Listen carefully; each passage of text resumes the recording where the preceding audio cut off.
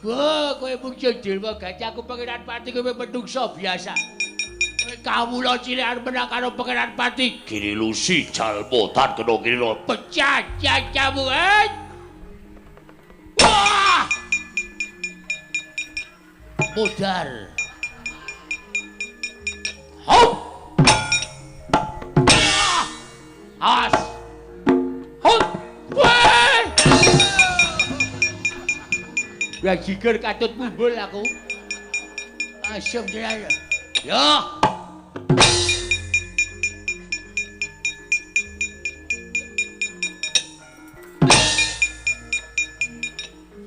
Hop!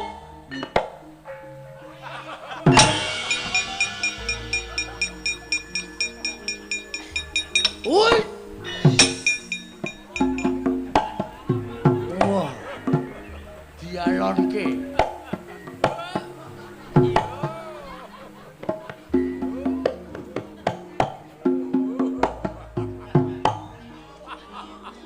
Udus. Dies. Hop. Dies. Sit. Dies. Aku ora tau kena. Hop. Hop.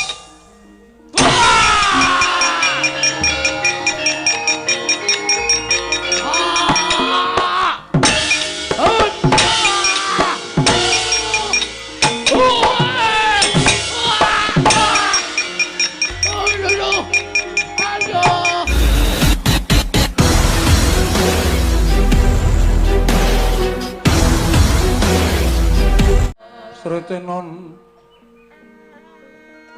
ning pasebakan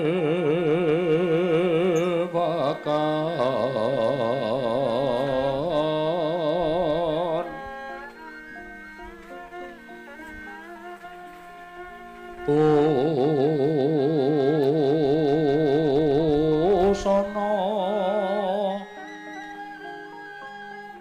maneka warna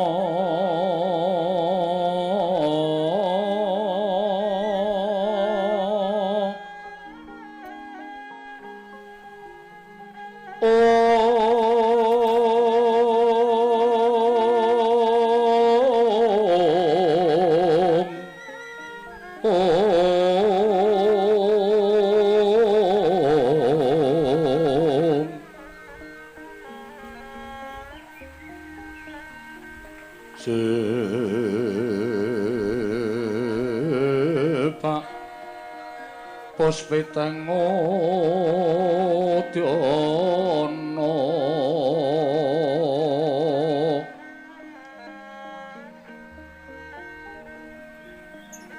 miang banjra sarwa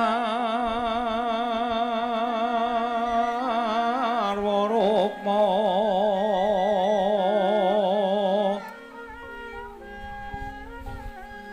ranggeng manik nara narawata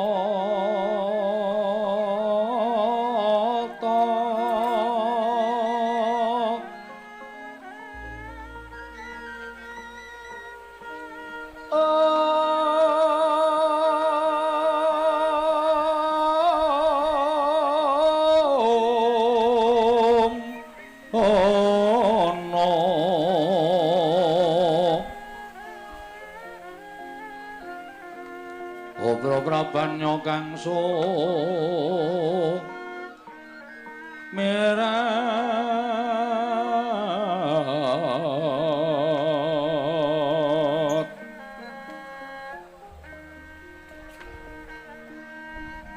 kenyaring teja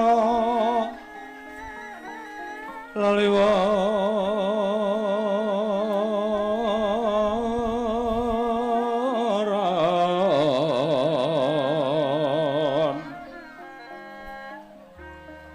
lirki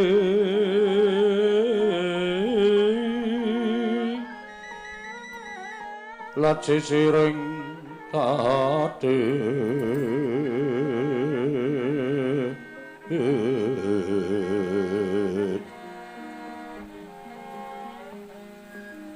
wimbo kekandamre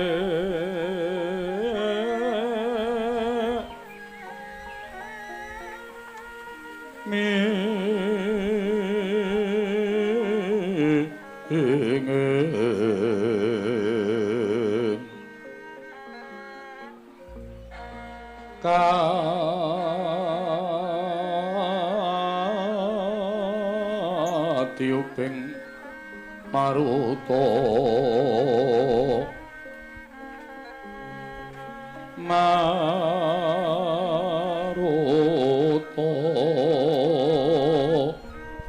mantu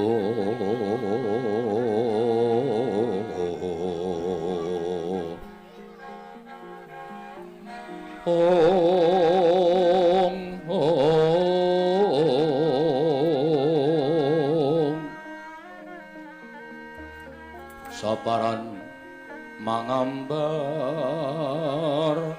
kongas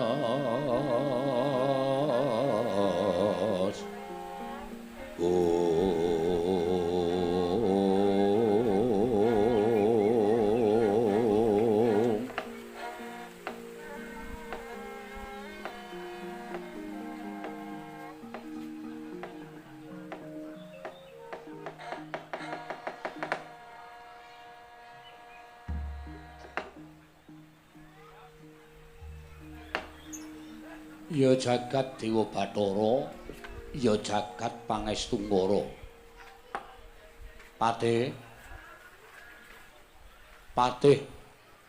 Bayu Kenara sawise satata nggonmu ngadhep ning ngarsaning ingsun ana ing negara ing Loji Tengara kene padha rarja sak pratamu Patih diweji sembahan kula tansah pinanganing kawidadan niring sambi kula sawanipun ing abdipun Bayu Kenara. Namung parenga kula ngaturaken sembah sumangga ping pangabekti kula kunjuk sandhap padha paduka Gusti kula Sanata Sinuhun Prabu Bel Kedhuelbeh sesembahan kula diweji ya tak tampa. Ora liwat pangestuku tampanana ya te kula pun dinggo jimat paripin dayanana ing kasantosan. Paring pangestu paduka amawakuna kabagyaning gesang kula sinuwun sembahan kula. Lan tatanan para wadyabala aja nganti ning padha saur manuk jeneng ingsun aja mbabarake wigatining pasewakan ana negara Loji Tengara kene apa to sababe dene aku nganakake pepanggihan mongko iki beda kelawan adat ingkang wis pendak-pendak aku nganakake pepanggihan ana ing Datulaya kuwi nek ora kleru dinane mesti Selasa Kliwon inggih. Nanging sabab apa dina iki aku nganti kelawan kowe kabeh supaya tinimbalan ana ing Datulaya kepareng paduka Gusti kula Sanata mengko aku bakal sak jarwa karo sira Patih Bayu Kenara ning aku tak mbagekke karo kabeh para nayaka ingkang padha lenggah ya te ngestaken dawuh paduka Gusti kula ingkang sinuwun Run lasirun Zai. Wonten timbalan ing dawuh menapa diweji. Miji dhateng wiswanipun ing abdipun Adipati Lasirun. Wah. Glelengmu lah jamak-jamak. Ya ming tak jaluk arep aku wis tak unggahke derajatmu minangka dadi adipati. Mriki. Ning aja lali karo kahanan sak nyatamu. Apa to sababe nganti kowe tak unggahke derajatmu? Mergo aku mbiji karo wong ki ora kok perkara nggon bondo donya derajat pangkat ora. Ning aku mbiji karo kowe nggonmu setya bekti kalawan panjenengan ingsun wiwit nalika aku bebodro negara Loji Tengara kowe nderekke karo aku melu uyung-uyung anyeng kuyung marang lenggahing Nalindra Prabu Bel Kedhuelbeh. Mula gedhe lelabuhanmu tumrap aku terus kowe tak sengkake ngaluhur dadi adipati nadyan tekan dina iki isih tak golekke wewengkon utawa wilayah ning sing baku kowe wis tak sengkake ngaluhur dadi adipati Menapa sampun paduka dawuhaken badhe kula candhika jimat sing. Raharja sapraptamu Adipati Lasirun. Tansah pinanganing kawidadan. Nering sambi kula sowan kula kepareng kula ngaturaken sembah sumangga pangabektinipun ngabdi kunjuk ngersa paduka Gusti kula Prabu Mbel Keduel B. Pisan meneh tak kandhani nek nganti ora tok gugu kowe tak lereni. Menapa kula nandhang kalepatan. Jenenge iki Prabu Bel ora nganggo M. Bel Keduel B. Nek Mbel kuwi tegese kowe maido karo aku. Sewu kalepatan diagung pangaksami sinuwun. Ya ora dadi apa. Prayogakno nggonmu lungguh ya. Lasirun tansah pinanganing kawidadan niring sambi kula sampun boten kirang sekeca anggen kula ngabiyantara. Wah. Ya. Aku seneng karo kowe iki piyayine. Nyenengake ora tau gawe serik atiku. Mekaten sinuwun. Pate wonten dawuh timbalan paduka Gusti kula ingkang sinuwun. Kowe tak kanthi nyaket ana ing ngarsaning sun iki ana wigati kepareng kambabarana ing ngabdipun Bayu Kenara. Kula nedya kangulaken jangga nelingaken karna mastuti sabda utama paduka Gusti kula ingkang sinuwun ing Loji Tengara Prabu Bel Keduel B. Rada nyaket kene engko ndak dina dungkap ngono bakal nampa pengendikaning sun niki ngestakaken dawuh diweji. Hanjrah ingkang Puspitarum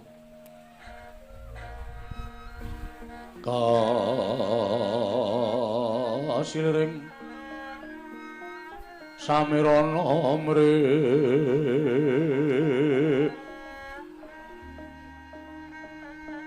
Om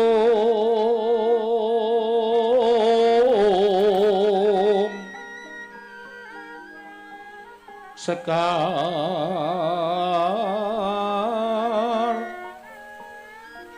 Kadung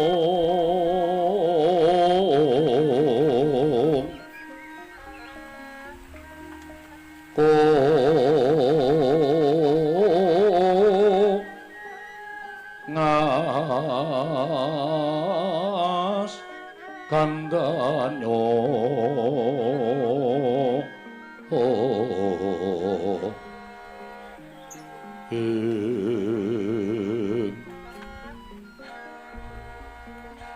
mawer aras retnaning driya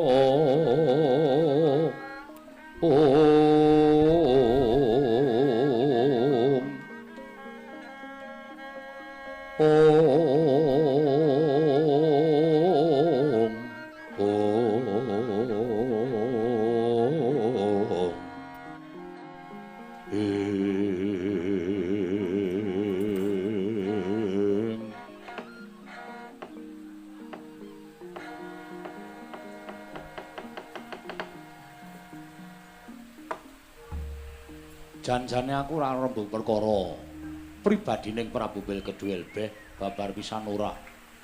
Lajeng menapa pribadi paduka rembag madaning pasewakan. Ngene ya Te. Nadyan ngibarate lagi sakyup ing payung parandene nggonku dadi nalindra ing negara Loji Tengara akeh sing padha ngundangake entung negara Loji Tengara kuwi negara ingkang panjang punjung pasir pawukir Lojinawi. Gemah Ripah Karta Tata Raharja mriki. Apa ing ditandurana ing negara Loji Tengara bakal tuwuh ngrembaka wekasan habiyet wae dadi srana sandhang panganing para kawula. Mekaten diweji.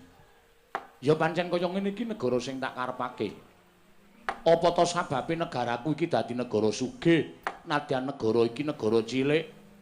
Ning kabeh para kawula ora kekurangan sandhang pangan, kabeh para kawula ora kekurangan bab apa wae. Merga wis tak wenehi ya kuwi tata kaprajan utawa pernatan negara Loji Tengara. Sapa wae ingkang lenggah ning Loji Tengara, sapa wae sing mapan ana ing negara Loji Tengara ndak jaluk supaya tansah seneng bombong marang wulu wektu negara ing Loji Tengara. Ngerti ora kowe artine? Kepareng paduka ngene. Nglek negara Loji Tengara kuwi apik-apike tanahe ditanduri pari.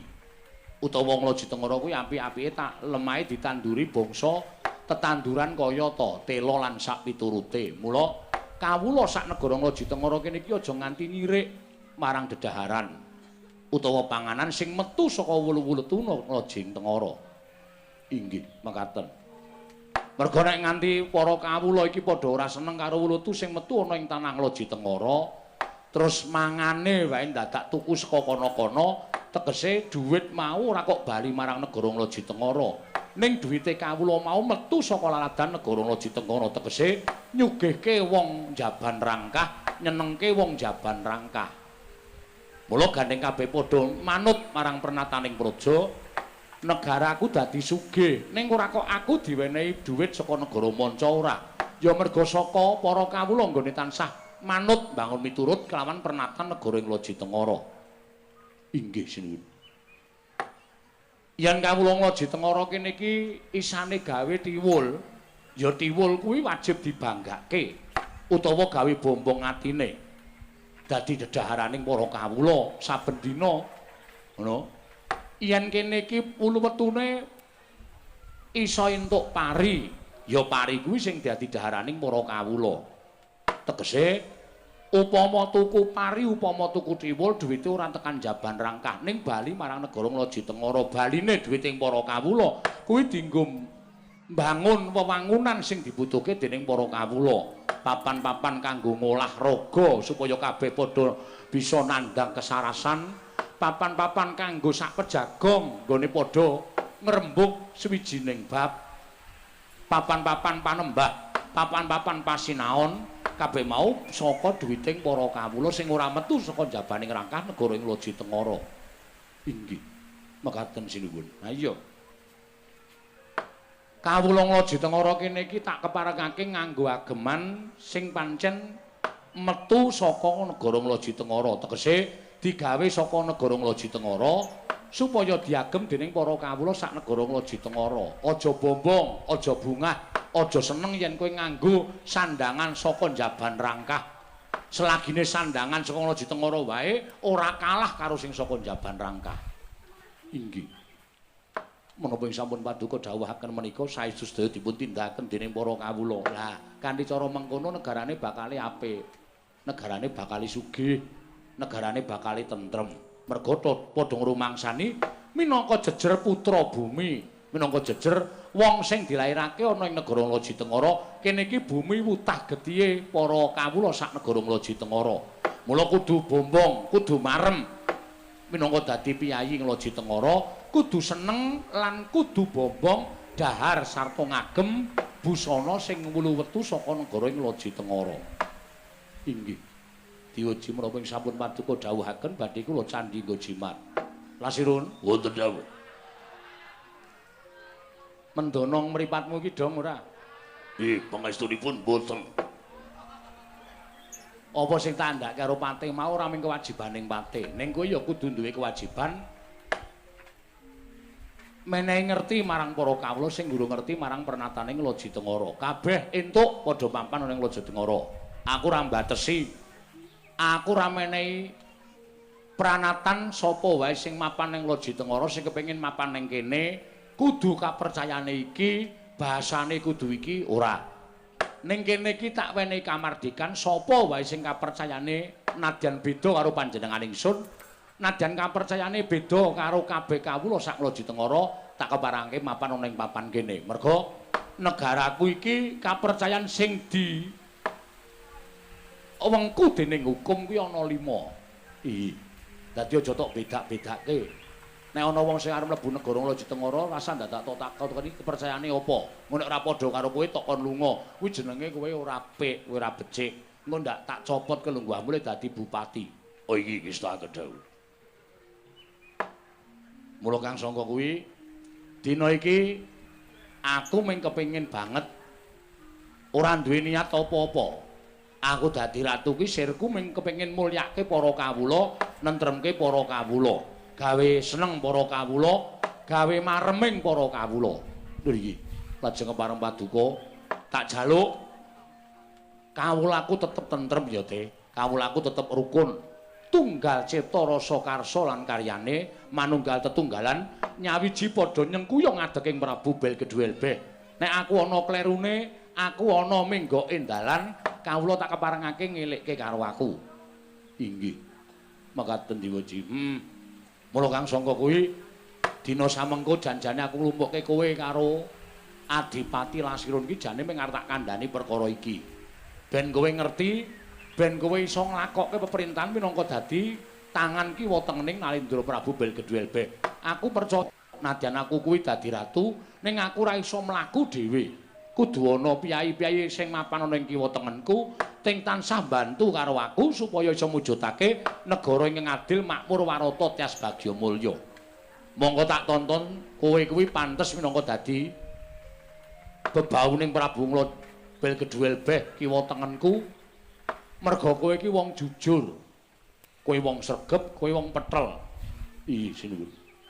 Ora nate minggo dalan apa kang dadi pengedikaning ratu tok estoke. Lho iki, mekaten Dioji. Menawi sampun paduka dawuhaken badhe kula candhingga jimat. Ya. Natepana marang sumpah prasetyaning kewajibanmu minangka dadi pati aja nganti minggo dalan. Lho iki, ngestakaken dawuh. Semono uga Dipati Lasirun kowe ya tetep kudu tetep karo sumpah nalika kowe disumpah minangka dadi adipati. Aja nganti pisan-pisan kowe wani ngenggokke perintahing Nalindra. Merga nek nganti kowe wani ngenggokke perintahing Nalindra ing Lajengkara Prabu Belgedwel Beh, nek nganti konangan panjenengan ingsun, aku nggunakake peperintahan sama beda dana denda, tegese ora mbau karo kapine. Nadyan to ki wong liyan kebrayan mongko labot tumraping negara tak paringi ganjaran ingkang sakmurwat. Ning nadyan to kulit daging sanak kadang mitra sutresna sartaning sentana sentanaku yen nganti kleru tumraping negara wani nerajang pernataning negara aja takon dosa. Aku dhewe ingkang bakal matrapi pidana marang Nayaka ing Loji Tengara Adipati Lasirun. Lah jagat Dewa Bathara ya jagat Pangestu-ngara. Lah kok dadi ora kanyono-nyono. Pate wonten dawuh sinuwun. Ana piyayi luhur sing teka ning negara ing Loji Tengara. Monggo bareng aku nyawang iki kok kaya padha sing ning gambar-gambar sok diumbulke cah cilik-cilik kae. Mulai mboten nglintu nggih mekaten sinuwun. Mbok menawa iki keng asmane Begawan Durna. Pendhita kondang kalukengrat, kondang monyor-monyor mugi kadanguwa. Mbok menawi leres pangandika paduka Gusti kula ingkang sinuwun. Nuwun sewu Panembahan. Sampun kinten kula tumambuh menapa inggih kepara saestu bilih Panembahan menika ingkang peparab Begawan Durna. Gandhek blegujuk swalu kembel.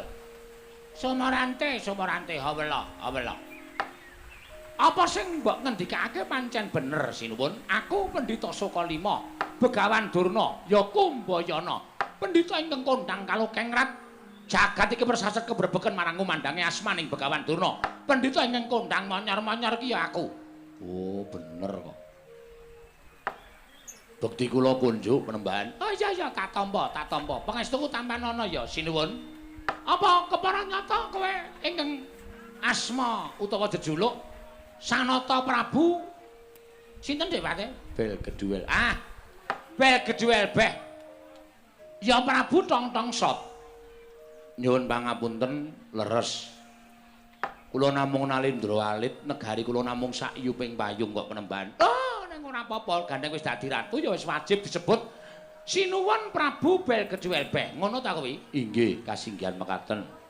Ingkang wingking menika kok kula inggih nate sumerep gambaripun menapa leres menika ingkang nami Patih Susuki. Sengguni sinuwun. Nding Sengguni nuwun pangapunten Rekana Patih. Iya, sinuwun pancen bener. Aku Patih Ngastina. Ya kuwi Rekana Patih Sengguni. Lah katuran karaharjan rawuhipun Rekana Patih. Iya slamet tekaku sinuwun. Dipun sekecaken lenggahipun wis ora kurang kepenak nggonku prapta ing negara ing Loji Tengara. Wonten menapa Panembahan? Panembahan Durna kok rawuh wonten ing negari kula. Negari menika negari ingkang alit. Negari menika namung negari sak yuping payung menawi katanding kaliyan negaring Astina menika mboten sakpra sekawanipun malah sakpra wolunipun mboten wonten. Lah kok malah Pendhita Durna nyuwun sewu Panembahan Durna rawuh wonten ing negaring Lojitengara menika menapa wonten wigatos menapa dipun utus Nalindra Ngastina. Ah, iki ngene ya sinuwun. Prataku ning negara Lojitengara kuwi niliki marang negaramu, nitik marang prajamu. Aku kuwi gumun ning atase negara Lojitengara kuwi negara ingkang cilik. Persasat kaya kang tok ngendikake, amung sak prawolu ning negara Ngastina. Nek lak kok jebul akeh sing padha ngandhake yen negara Lojitengara kuwi papan ingkang gemah ripah loh jinawi, papan ingkang subur, papan ingkang menjila. Nadyan mung sayuping payung negaramu nanging kuncaraning asmaning negara Lojitengara nganti meh wae madani sarta kembari marang kuncaraning negara ing Ngastina. Oh, ngoten. Mula kahanan iki ndadekake gumun penggaling anak Prabu Duryudana tumuli utusan kalawan aku supaya niliki marang kahanan negara Lojitengara. Lah kok jebul bareng aku tekan negaramu, ya iki durung pantes dadi negara. Iki durung pantes dadi negara. Iki nek tumrap negara Ngastina ming wujude kaya dene kelurahan. Ngono. Durung ana gapura, durung ana ringen kurang loro. Durung ana kandang sardula sartane urung ana wantilaning gajah. Tegese durung ana betenge barang iki pancen iki durung mujudake negara. Nanging sabab apa sampeyan Prabu Belgedhelbeh lah kok wis madheg Nalendra ning negara Lojitengara. Mongko janjane iki durung pas dadi wujuding negara. Nuwun sewu Panembahan. Napa tiyang dados Nalendra menika kudu ana ringen kurung, kudu ana kandang macan, kudu ana wanti lan gajah, kudu ana alun-alun. Nek tumrap kula niku mengke pancen perencanaan jangka panjang.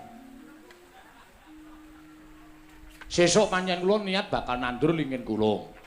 Saurarane nek ratu ku ya duwe macan, ingon-ingon duwe gajah. Mesti ya kula bakal ngingu. Tur pancen beteng niki durung didadekke, lagi diukur dening para nayaka-nayaka negara Lojitengara. Niate nggih pancen dibangun nek perkara dhuwit niku wis ana. Ya ming kari bangun. Lah kok dadi durung dibangun sampeyan wis rawuh enten mriki mula kula ora apa-apa nek donekke negara kula niku durung trep minangka dadi wujuding praja. Ning gandeng akeh para kawula sing sami sumuyut kepengin urip teng negara Lojitengara. Mula dening para kawula kula dipun sengkaken kaluhur dados Nalendra wonten negaring Lojitengara jejuluk Prabu Belgedhelbeh. Nek maune kula moh ning gandeng niku suara rakyat. Monggo swaraning kawula niku sing paling ampuh dhewe niku swaraning kawula. Nek pun nuding kula dadi ratu kula ora iso selak. Mula kula terus lungguh dampar negaring Lojitengara. Ah, kuwi sing keluputanmu ning kono kuwi sinuwun. Durung ngerti, durung trep lan durung pantes minangka dados dadi Nalendra. Lah kok wis lenggah dampar keprabaning Lojitengara. Ah, tumrap aku kuwi nyalahi pernataning praja. Nadyan negaramu sugih, negaramu kuwi negara ingkang subur makmur, kawulamu ora kekurangan sandang pangan. Nanging yen to syarat srana minangka dadi Nalendra durung pantes, kuwi tegese durung pas yen to madheg Nalendra ning Lojitengara. Mula wektu dina iki anak Prabu Duryudana utusan kelawan panjenengan ingsun.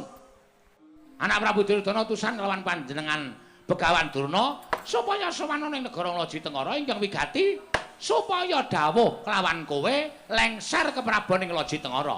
Lan laladan negara Lojitengara iki bakal didadekke siji kelawan negara Ngastina. Nuwun sewu. Prabu Belgedhelbeh niku ora kebawah keperintah negara Ngastina. Kula niku madheg dhewe, kula niku merdika. Dadi ora kebawah keperintah negara Ngastina. Lah kok sinuwun Prabu Duryudana dawuh utusan kalih sampeyan supaya kula lengser ke Prabon terus negara Lojitengara menika didadekke siji karo negara Ngastina niku karepe pripun? Nuwun sewu lho Panembahan. Mboten kula ajeng nyentulani rembuge Sinum Prabu Duryudana, mboten kula ajeng wantun kalih Sinum Prabu Duryudana mboten. Ning nuwun sewu, nek carane wong srawung, kula ora tau jiwit Kyai Ngastina. Kula ora tau nabok wong-wong Ngastina. Mula ya Kyai Ngastina aja nabok kali kula, aja jiwit kali kula. Mrika merdika kula ya merdika pun ngoten mawon. urip sesandingan mat sinamatan daya dinayan. Nek Ngastina kurang apa, mangke kula saguh nyaosi napa sing dibutuhke Nalindra Ngastina. Niku tumrap kula. Ning nek kula kurang, ya saora-orane dibantu. Niku jenenge urip mat sinamatan bantu binantu supaya tentrem antaraning negara Ngastina lan Loji Tengara urip bebarengan, urip minangka dadi tetangga sing apik, aja nganti diya dineya, aja nganti terus Ratu Ngastina rumangsa gedhe kok malah ngendhak karo Nalindra sing cilik kaya kula. Nek kudune malah dadi pengayoman. Nek malah kudune iso dadi ngayomi kalih kula. Ngoten. Nek sampeyan tekan mriki dawuh kalih kula kon lengser ke Prabon, nuwun sewu. Nek kula kon lengser. Wong kula ya dadi ratu ora dadi karep kula. Wis tak aturke niku swaraning para kawula. Kabeh do nuding kalih kula supaya dadi Nalindra.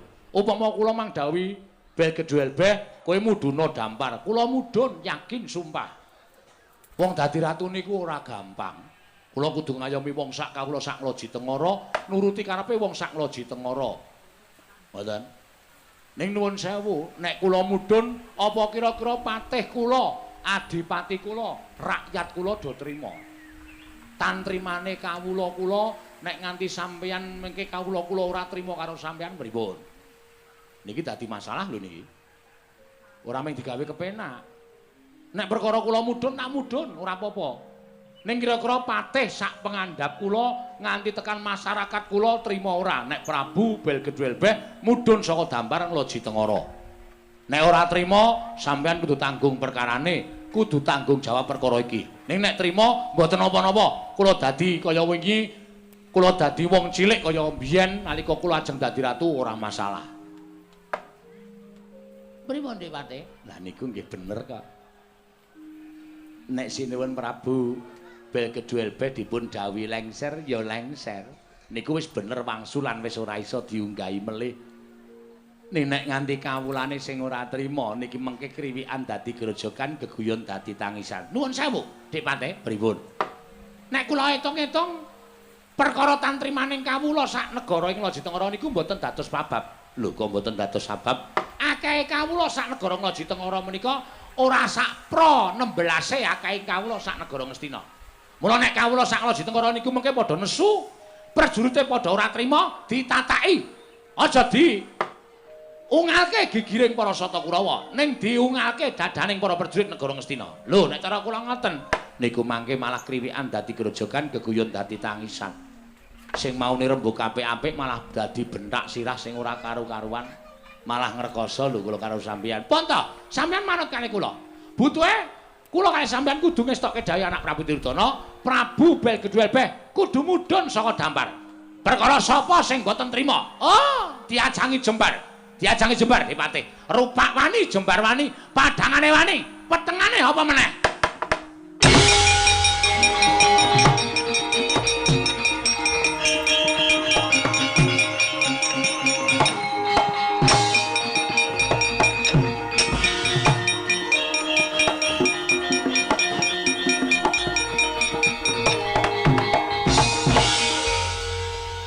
Kasih Ron, rasa aneh-aneh Ron. Kowe ngopo kowe? Jagat Dewa Bathara. Jagat Pangestu Nggara, jagat jembare ora jamak. Ngandel ora. Niku pripun nek pun wonten warok sing ngadeg teng arep sampean mongko bringose dipelintir mempenge ora jamak. Pun pangtandangi dhewe lho. Kula wis ngomongi sampeyan ora nggugu, wis monggo dirampungke. Ajeng temu ndi, Dik? Golek rokok. Ati kula kok kaya ora penak ora. Lho, iki sapa iki? Iki sapa kok mripate mendeleng brengose diplintir? Ditepungke. Abdining Sang Prabu bel gedhuel beh Adipati Lasirun. Adipati Lasirun. Yo dasar kepuru nyoto. Lah kok dadi kowe malang kadhal ning ngarepe Begawan Durna.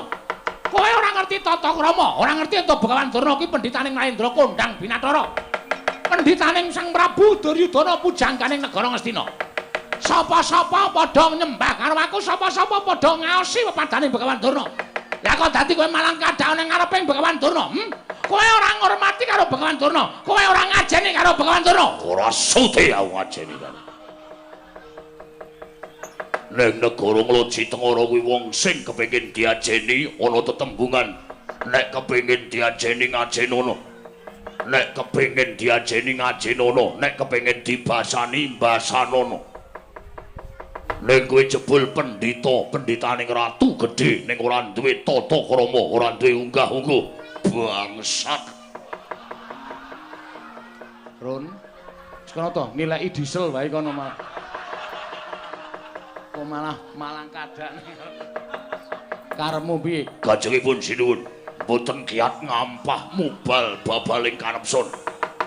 Ing atasipun ratu Gusti kula sesembahan kula Sang Prabu Bilkedwelbe. Ingkang sampun dados sembahanipun para kawula sak negaring Ngloji Tengara. Teka dipun suwun supados mandhap wonten ing Dampar. Sampun dados prasetyanipun Lasirun. Kenging Prabu Bilkedwelbe mandhap saking Dampar nek pun gumlundung sirahe Lasirun. Weh lah, cah kendel tenan iki. Kendel mawon. Padake. Mantan sopir terminal. Kono ora kendel. Loh, lha kowe arep ngapa? Kowe arep ngapa karo Begawan Durna? Begawan Durna. Apa? Sang Nata Prabu Bilkedwelbe ora bakal mudhun saka Dampar. Taunana Windanana. Sang Nata Prabu Tongtongso tetep dadi sembahaning kawula sak Ngloji Tengara. Sapa sing bakal gawe rusak, sapa sing bakal gawe geger negara Ngloji Tengara.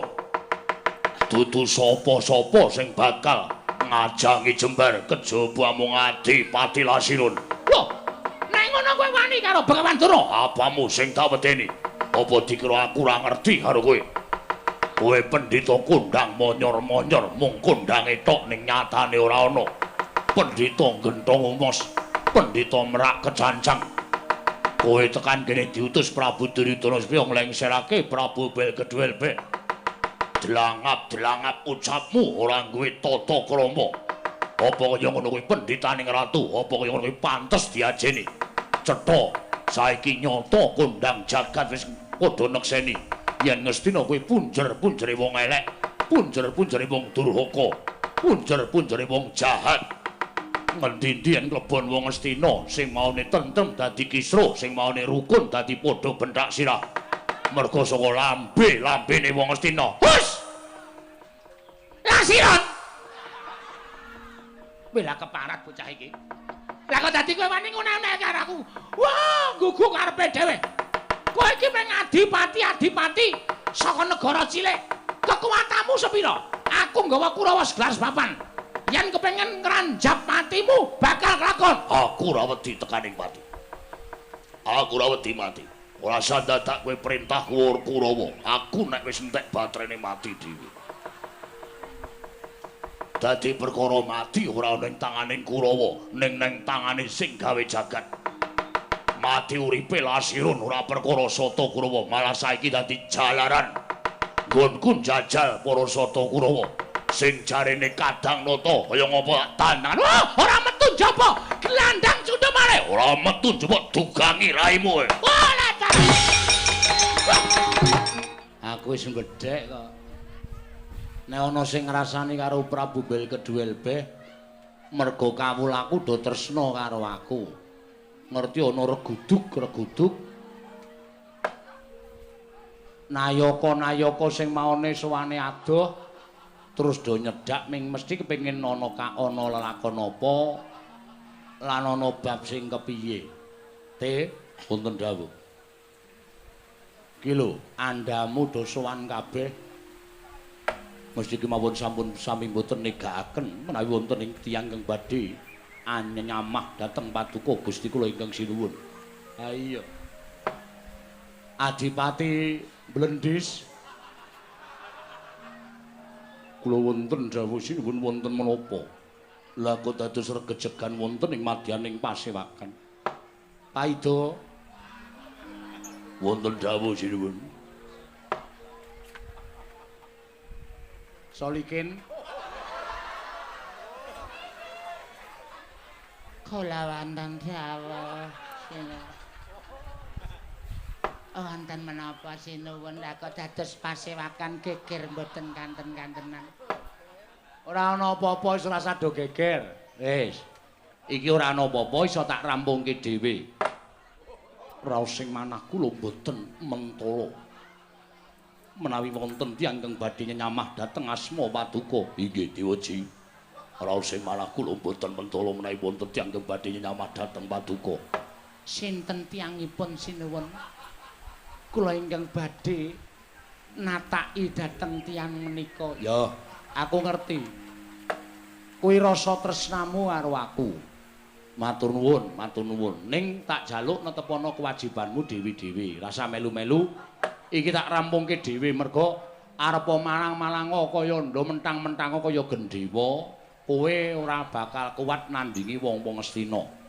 Iki nek tak anggap perkara sepele ning ora sepele nek tak anggap perkara abot janjane iso dirampungke nganggo rembug sing apik-apik ning merga watake wong Astina mesti ndadekake pancakara mesti gawe geger mula ya wis sing jeneng ana tetembungan nek cara Betawi lu jual gue beli ngono kae mekaten sinuwun lajeng anggenipun tumbas wonten pundi blendis ketoke bagus ning ngompong. Nggih. Mboten dados menapa nanging kula setya dhateng panjenengan. Kula iki setya dhateng panjenengan. Kula iki setya dhateng panjenengan. Saiki ngene. Sing wigati tatanan para wadyabala luwih-luwih kawula negara Ngloji Tengara. Saka pangerengsun iki bakal dadi perang gedhe. Mula aku ora kepengin kawula sing ora ngerti kenthang ki muling lakon pojok plereting kahanan kesempyok ing ngaradan. Kawula aja nganti sengsaya, kawula aja nganti sangsara. Inggih. Ditata aja ning cedhak-cedhak ning keperangan. Lah kala wau Lasirun. Lasirun wis ben, wong sing nantang Begawan Durna ya Lasirun. Bejo cilaka bungah susah ala becik men dilakoni karo Lasirun. Inggih. Nanging Lasirun menika teman kula sinuwun. Menika rencang kula nyambut damel. Wis ben rasa digagas ben. Cah sirahe kaya tulu ngono kok. Nek ana apa-apa bantunen, nek kira-kira Lasirun kuat, wong kaya awake ya gedine ra jamak-jamak. Nek Lasirun kuat ben mengki wae. Tegese nang kene iki ana pernatan sapa sing wani mbibiti kudu wani ngrampungi. Inggih ngestakaken dawuh. Pate wonten dawuh sini.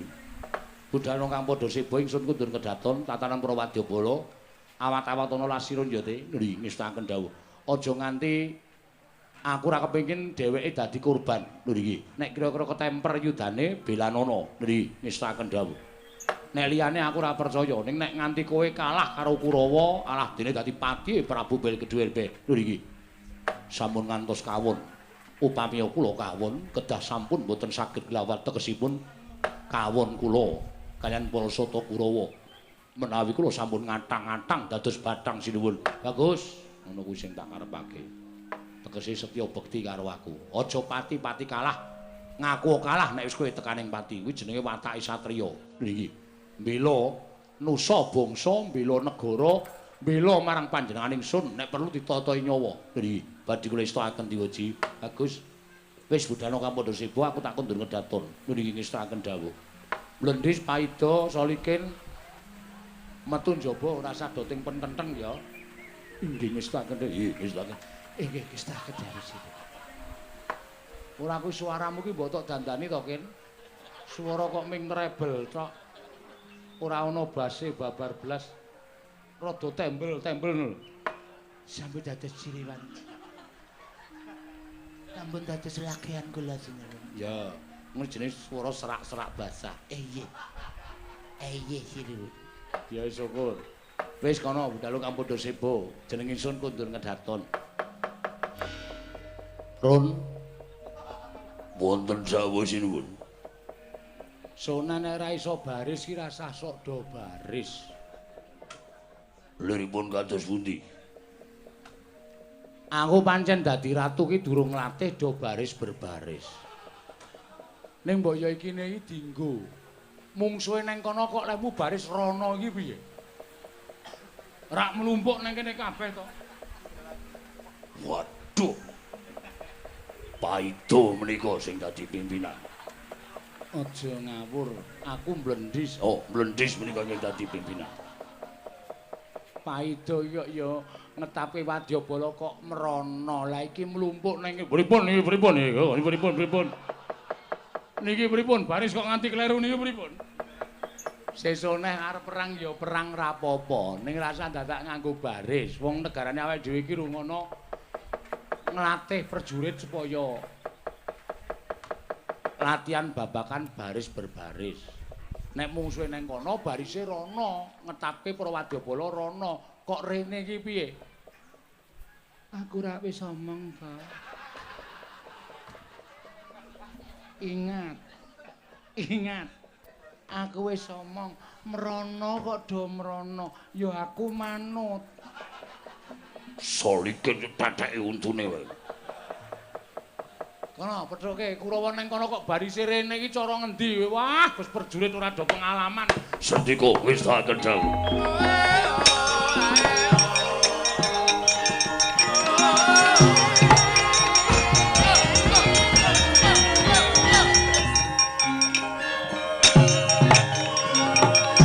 Puter.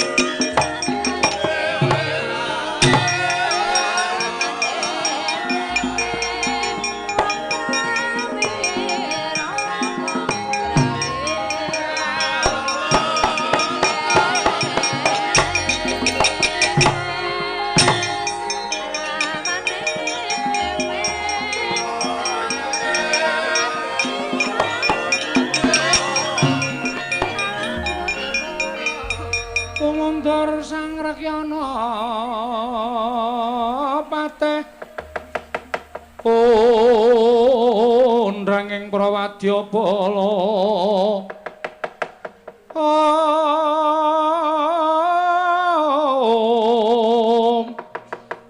Pak sur tambur miyang suling pepandhen dalutek miwa bandera kakondha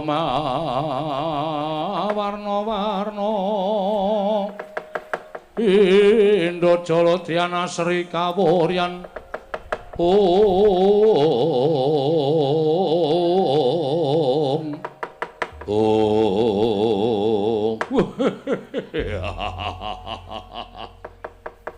Bapa Durna medal saking praja ing glak ngloji tengara lah kok ketingal suntrut guwayanipun pripun penemban Bapa Durna wonten paridamel menapa Rama wonten paridamel menapa lah Bapak sing bajungnya kepane iki putra putri Mbogati cuma jauh-jauh. Pelipur kabare anggen sampeyan mlebet wonten ing teleking negari Kloji Tegara supados dawuhaken dhateng Prabu Belkedhuelbeh madhap putri saking Dapal Kencana kepaling putra Pudilma Gati cumadung dawuh Bapa Mrebat. Dursasana lho wonten paring dawuh. Ngerti ya? Yen ta wektu dina iki Prabu Belkedhuelbeh supaya lengser ke prabon. Nanging kawulane nayaka nayakane ingkang ora ngeparengake Prabu Belkedhuelbeh lengser saka prabon negara ing Loji Tengara. Lho. Sapa? Sinten sing wantun gondheli dhateng Prabu Belkedhuelbeh? Mesthi wae nayaka nayakane. Mula Kang Sanga kuwi ya Dursasana ora usah wedi kangelan. Dina samengko kowe mangkata. Samapta ing gati sawegaing diri. Yen perlu nyawesake tumbak pedang ligan. Merga iki ora-ura mesti bakal dadi peperangan antarané negara Ngastina kalawan negara ing Loji Tengara. Ning kowe ora usah wedi Dursasana, ora usah wedi. Merga negara Loji Tengara kuwi negara ingkang cilik, persasat amung seprapate negara Ngastina. Wadya balane ya ora akeh kaya negara Ngastina. Mula yen temengko dadi peperangan, aja mbok tok sisake kawula negara Loji Tengara.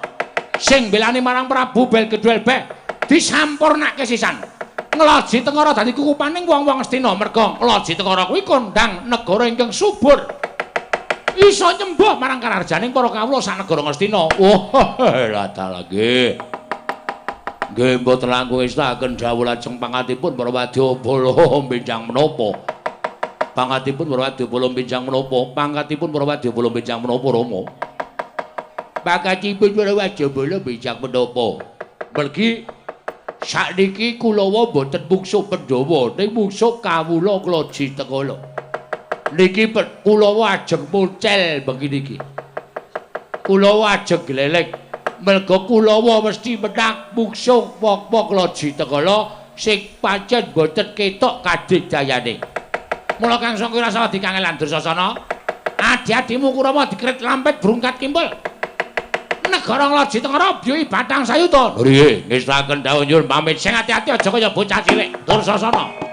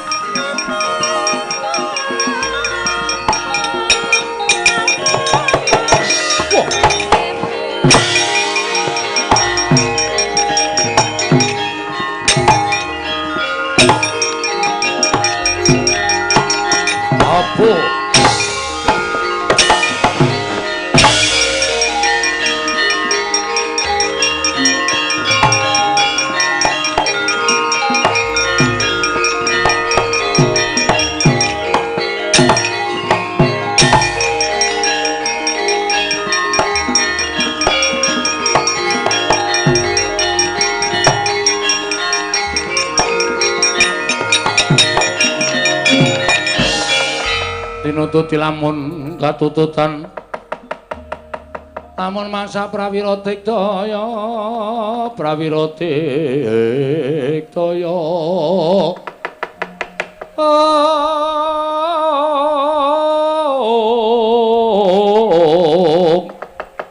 Runanggono magawiya gelarira wang-wang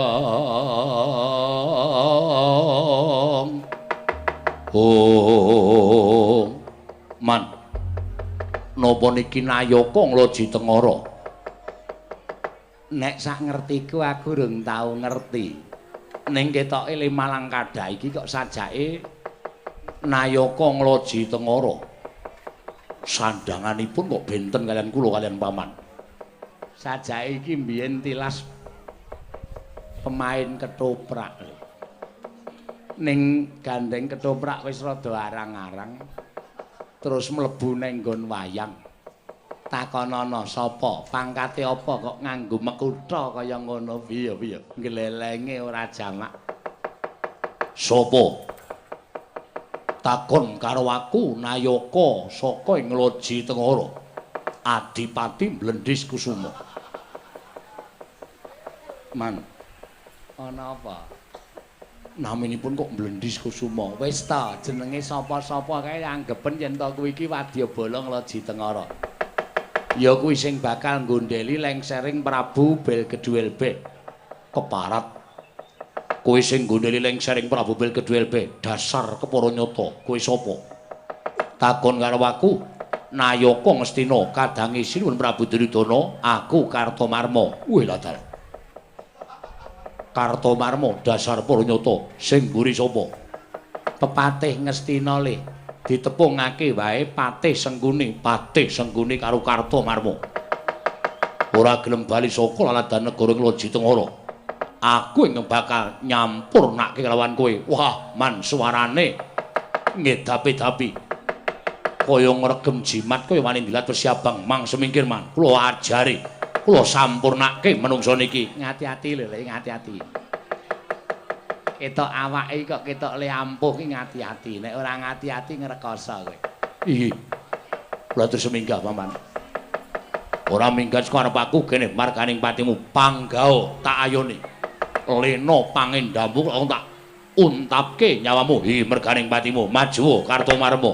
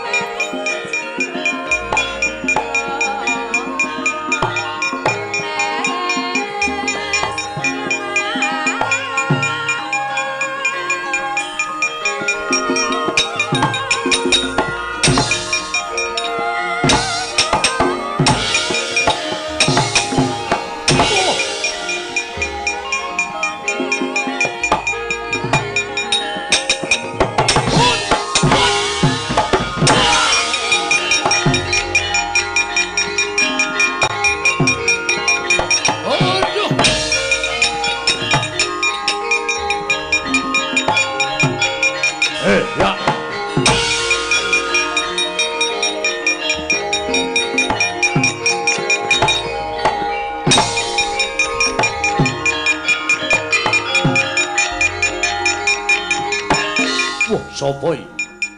Bringose nguler geni tumpangke kuping kiwa tengen. Mripate mendelik. Adipati Lasira. Adipati sapa? Lasira. Las sapa? Laskarbit. Lasirun. Arep ngraman ngloci tengara. Mungsuhe aku lakon pecah dadamu sapa? Bambang Swatama, Bambang Gentolet Swatama. Ayo, kowe patmu sing tekaning pati pecah dadamu. Yo, timbakno. Wedan.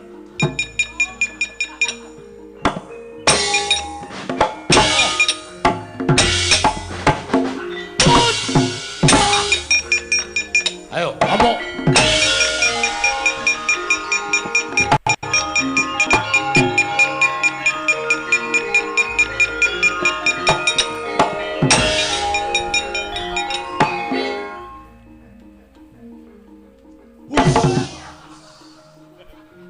Leno pangidem mati dening aku.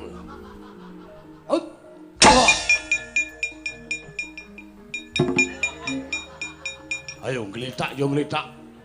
Tak kuat-kuatke.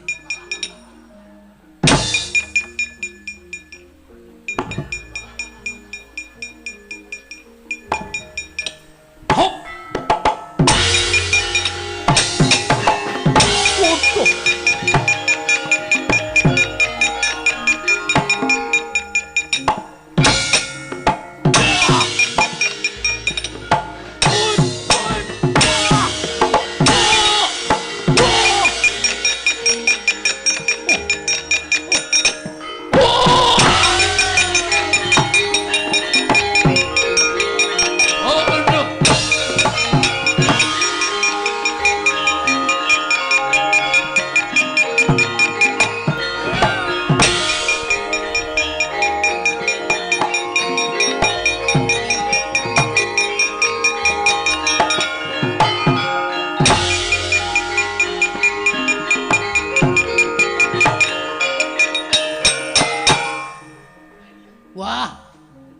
Ketemu saudara.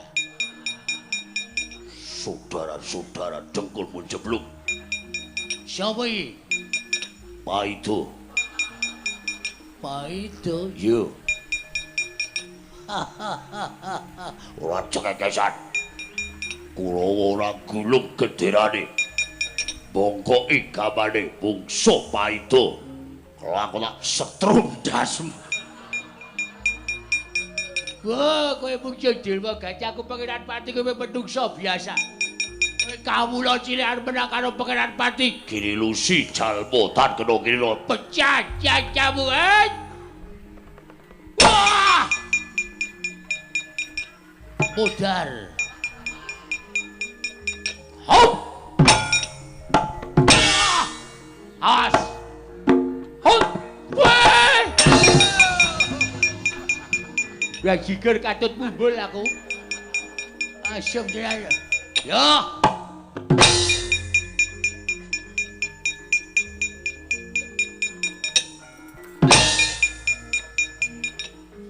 Hop.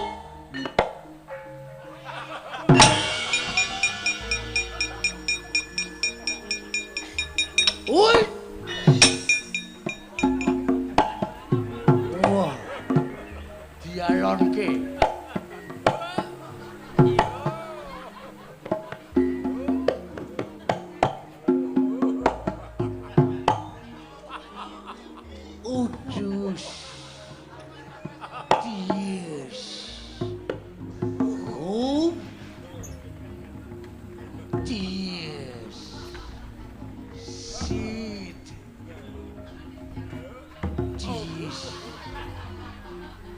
Aku ora tau kena. Hah?